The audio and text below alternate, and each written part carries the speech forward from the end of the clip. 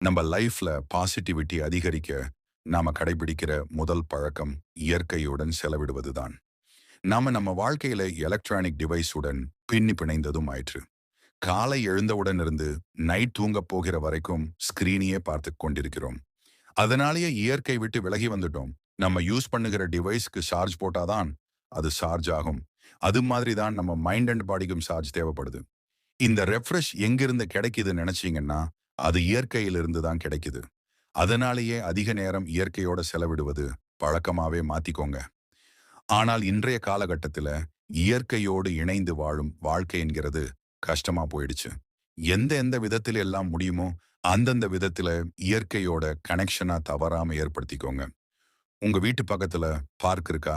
அந்த பார்க்குக்கு அடிக்கடி போங்க. அல்லது பிள்ளைகளோட போய் அடிக்கடி விளையாடுங்க. உங்க வீட்டு பக்கத்துல புல் தரை இருக்கா? அந்த தரையில ஒரு சில நிமிடங்களாவது செருப்பு இல்லாம அந்த தரையில நடங்க. காலை நேரத்துல இளம் வெயில் படுற மாதிரி அந்த புல் தரையில வெறும் கால்கள்ல நடங்க. அந்த சூரிய ஒளி உங்கள பல விதத்திலும் சார்ஜ் பண்ணக்கூடிய விஷயம். சரியான அளவு நம்ம உடலுக்கு சூரிய ஒளி படலனா விட்டமின் டிபிசிஎல்சி வரும். அந்த விட்டமின் டிஃபிஷியன்சி, விட்டமின் டி ஒரு டிபிஷியன்சி நம்முடைய உடலில் உள்ள ஸ்ட்ரெஸ், டிப்ரஷன் இதயம் சேர்த்தே ஏற்படுத்தும். நிறைய பேருக்கு தெரியாத விஷயம். அதனாலேயே சூரிய ஒளி நம்ம உடலுக்கும், நம்ம மனசுக்கு, மெண்டல் ஹெல்த்துக்கும் அவசியமானது ஒண்ணு. ஒரு நாளைக்கு 10 மினிட்ஸ் ஆவது சூரிய ஒளியின் கீழ நிக்கிறதாவது, நடக்கிறதாவது பழக்கத்தை ஏற்படுத்திக்கோங்க. நம்ம எல்லாத்துக்கும் சூரிய ஒளி பத்தி தெரிஞ்சிருக்கும். ஆனால் நிலாவோட ஒளி நல்ல ஒரு இதமான சந்தோஷத்தையும், ஸ்ட்ரெஸ்ஸையும், டிப்ரஷனையும் குறைக்கக்கூடிய சக்தி நிலவின் வெளிச்சத்துக்கு இருக்கு. இருக்கு, அதையும் வீண்படுத்த வேண்டாம். நைட்டு சாப்பிட்டு முடிச்ச உடனே நம்ம ஃபேமிலியோட நல்ல ஒரு வாக் நடந்துட்டு வாங்க. அப்படி போக முடியலைன்னாலும் மொட்டை மாடிக்காவது போய் நம்ம ஃபேமிலியோட டைம் ஸ்பெண்ட் பண்ணுங்க. இதுல நல்ல ஒரு ஃபேமிலி டைமும் கிடைக்கும்.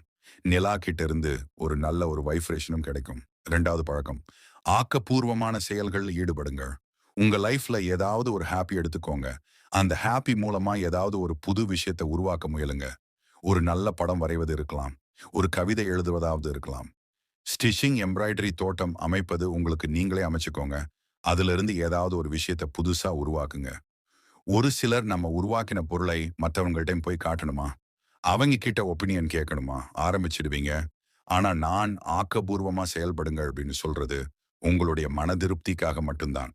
நாம அந்த கிரியேஷனை மத்தவங்களுக்காகவும், மத்தவங்க பாராட்டுதலுக்காகவும் இருந்தோம்னா, எந்த விஷயத்துக்காக ஆரம்பிச்சோமோ அந்த விஷயம் அடிபட்டு போயிடும். உங்களுடைய மன திருப்திக்காக நிறைய விஷயங்களை கிரியேட் பண்ணுங்க. அந்த நல்ல விஷயங்களை உங்களுடைய பாசிட்டிவ் வைப்ரேஷன் ஹிஸ்டரியில் நல்ல ஒரு மாற்றத்தை கொடுக்கும். 3வது பழக்கம், எப்ப எல்லாம் உங்க மைண்டுக்குள்ள நெகட்டிவிட்டியோ, ஸ்ட்ரெஸ்ஸோ வருதுன்னு நினைக்கிறீங்களோ, அப்போ உங்க மூச்சு ரொம்ப சாலவா இருக்கும். ஆழமா இருக்காது. உங்க மூச்சு ரொம்பவும் சின்ன சின்னதா இருக்கும். குறைவான நேரத்திலே மூச்சு விட்டு கொண்டிருப்பீங்க. எப்ப எல்லாம் உங்களுக்குள்ள ஸ்ட்ரெஸ் வருதுன்னு தோணுதோ, உங்க மூச்சு கவனிங்க. மூச்சு ஷாலவா இருக்குதுன்னு தோணுச்சுன்னா, ஆழமான மூச்சா மாத்துங்க. மூச்சு இழுக்கிறப்ப, வயிறு வரைக்கும் போய் திரும்புறப்ப, அந்த மூச்சை தான் நாம் ஆழமான மூச்சுன்னு சொல்றோம். நீங்க அந்த மூச்சை கவனிச்சு, ஆழமான மூச்சுகளா இழுத்து, வெளியே விடுறப்ப என்னவாகும்? பாதி ஸ்ட்ரெஸ் அங்கேயே காணாம போயிடும். அந்த ஸ்ட்ரெஸ் உங்க பாடியில இருந்து ரிலீஸ் ஆனதுக்கு அப்புறம், நீங்களும் அந்த விஷயத்த கொஞ்சம் கொஞ்சமா வெளியே வந்துடுவீங்க. எப்பவெல்லாம் நீங்க ஸ்ட்ரெஸ்ஸா ஃபீல் பண்றீங்களோ, அப்ப எல்லாம் உங்க மூச்சோட பேட்டர்னை மாத்தி பாருங்க. சரியாயிடும். 4வது பழக்கம், நல்ல செயல்களுக்கு நாமே முன்வந்து பண்ணுங்க. நம்ம நெகட்டிவா, டவுனா ஃபீல் பண்றதுக்கு காரணம் என்னன்னு கேட்டீங்கன்னா, அவங்க இத சொல்லிட்டாங்க. அது எனக்கு ரொம்ப கஷ்டமா இருக்கு. நான் நெனச்ச விஷயம் நான் நெனச்சபடி நடக்கல.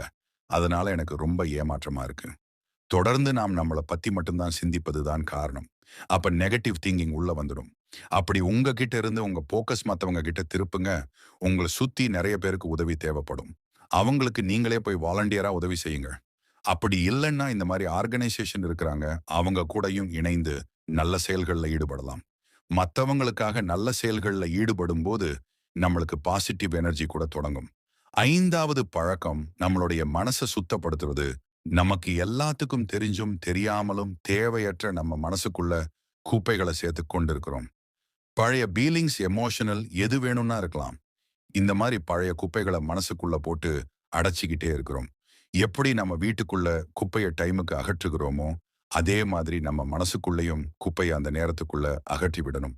இல்ல நான் வீடு கிளீன் பண்ணவில்லை என்றால் எப்படி துர்நாற்றம் அடையுமோ, அது மாதிரி நம்ம நம்ம மனசுக்குள்ள சேர்த்து இருக்கிற இந்த குப்பையும் தூக்கி எரியலைன்னா மனசும் துர்நாற்றம் அடையும். அதுதான் பலவிதமான நெகட்டிவ் எண்ணங்களுக்கு காரணமாக அமைகிறது. அப்ப நாம என்ன பண்ணணும்? இதுக்காக நம்ம மெடிடேஷன், யோகா பண்ணலாம்.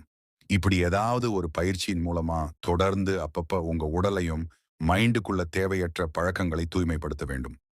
6வது பழக்கம், எப்பவுமே மைண்டுக்கும் பாடிக்கும் டீப்பான ஒரு கனெக்ஷன் இருந்துகிட்டே இருக்கும். நாம என்ன நினைக்கிறோம்னு நம்ம மைண்ட் சம்பந்தப்பட்ட விஷயம்னு நினைக்கிறோம்.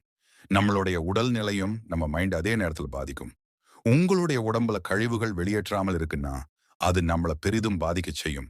நம்ம உடம்ப வெளிய மட்டும் இல்லாம உள்ளேயும் தூய்மைப்படுத்துவது முக்கியமான விஷயம். இதுக்கு நான் சொல்லுறது என்னன்னா, ஃபாஸ்டிங். விரதம் இருக்கிறத பற்றி நிறைய மதங்களிலும் சொல்லப்பட்டிருக்கு. அதுக்கு காரணமா நம்ம உடலிலும் மனதிலும் கொண்டு வர மாற்றம் தான் ஃபாஸ்டிங் என்பது. ஒரு நாள் முழுக்க விரதம் இருக்கணும்னு கிடையாது. இன்டர்மீடியேட் ஃபாஸ்டிங், இடைப்பட்ட விரதம் இது கூட செய்யலாம். ஒரு நாள்ல 8 மணி நேரம் விரதம் இருக்கலாம். மற்ற நேரங்களிலும் உணவை எடுத்துக்கொள்ளலாம். இந்த மாதிரி ஃபாஸ்டிங் பண்ணும்போது உடம்பு தன்னைத்தானே சுத்தப்படுத்திக்கும். இந்த ஃபாஸ்டிங் இருக்கிற நேரத்துல உடம்பில உள்ள கழிவுகளை வெளியேற்றும் வேலைய நம்ம உடம்பு பார்க்கும். நம்ம உணவு சாப்பிட்டுக்கிட்டே இருக்கும்போது பாடிக்கு ரெஸ்ட் கிடைக்காது. டாக்ஸின்களை வெளியேற்றவும் முடியாது. சோ நம்ம உடம்புக்கு ரெஸ்ட் கொடுக்க வேண்டியது இத நம்ம ஃபாஸ்டிங் மூலமா கொடுக்கலாம். எனக்கு உடல்நிலை பிரச்சனை, என்னால ஃபாஸ்டிங் இருக்க முடியாது அப்படின்னு சொல்றவங்க கூட அட்லீஸ்ட் மந்த்லி ஒரு டைம், ஒரு நாள் ஆவது லைட்டான புட்டா எடுத்துக்கிற பழக்கத்தை ஏற்படுத்திக்க வேண்டும். இந்த நாள்ல நம்ம டைஜெஸ்டிவ் சிஸ்டத்துக்கு ஓய்வு கொடுக்கறதால கழிவுகளை வெளியேற்ற நம்ம உடம்பு அந்த நாளை பயன்படுத்திக்கும். 7வது பழக்கம், இத பார்க்கறதுக்கு முன்னாடி நம்ம குடலுக்கும் மனசுக்கும் உள்ள தொடர்ப பார்ப்போம். ஆராய்ச்சியாளர்கள் என்ன சொல்றாங்கன்னா, கட்ஸ் தான் நம்மளுடைய 2வது பிரெயின்னு சொல்றாங்க. கட்ஸ்னா நம்மளுடைய குடல்ல நல்ல பாக்டீரியாவா இருக்கும். இது நமக்கு உதவக்கூடிய பாக்டீரியா.